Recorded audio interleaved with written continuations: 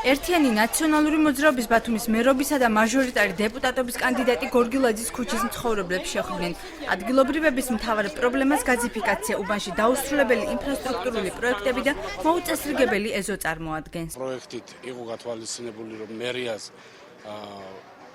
მიღების თაობაზე არ უნდა მიეღო პროექტი ჩაბარებულად, მანამ არ იქნებოდა გაზი მიყვანილი კორპუსამდე.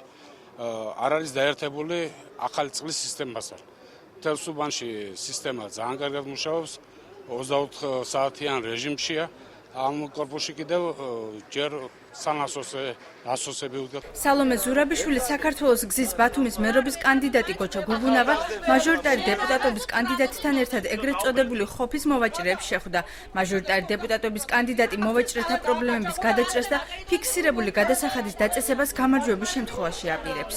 მოვაჭრეები არიან გაუსაზღვრელ მდგომარეობაში, გადასახდელებს რაც შეეხება ძალიან დიდი აქვთ მომატებული და არის იმნაირ მდგომარეობაშია უკვე ხალხი, რომ შეუძლებელია აქ გაჩერება. რეალურად ჩვენ რაც შეგვეძლება რომ მოვალთ, რომ ეს ტარიფები დაუწიოთ და ესეთი გაუსაზღვრელი პირობები და ესე უყურადღებოთ არ იყოს ხალხი. აი ამას ვკვირდებით ჩვენ. ოძელაშვილის ქუჩის მცხოვრებ ახალგაზრდებს დღეს ირაკლი ღლონტი რეფორმატორების ბათუმის მერობის კანდიდატი დავით დიასამიძე შეხვდა და მათ ტრენაჟორების შეკეთებას და ნორჩ ნატურალისტთა სადგურის აღდგენას დაჰპირდა. ძირითადად ის პრობლემია, რომ თავის დროზე ამ უბანში მოვალეობის მოხსნის მიზნით შესრულდა გარკვეული პროექტები, მაგრამ უხარისხოდ.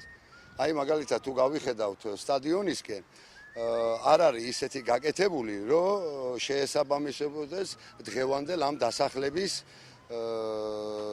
სურვილს. პოლიტიკურ შეხვედრებს განაგრძობს პოლიტიკური გაერთიანება ერთიანობის დარბაზის მერობის კანდიდატი მერაბ ხიმშიაშვილი. დღეს იგი მახინჯაურის დასახლების მცხოვრებლებს შეხვდა და უბნის მაჟორიტარი დეპუტატობის კანდიდატი რუსლან ჯიჯავაძე წარადგინა. ჯიჯავაძე ირწმუნება, რომ კარგად იცნობს უბნის პრობლემებს.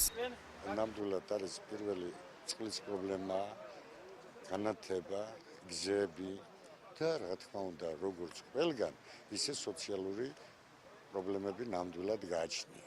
წინასაარჩევნო შეხვედრები მოსახლეობასთან კიდევ 15 დღე გაგრძელდება. იყვნენ ამ პროცესების მონაწილე.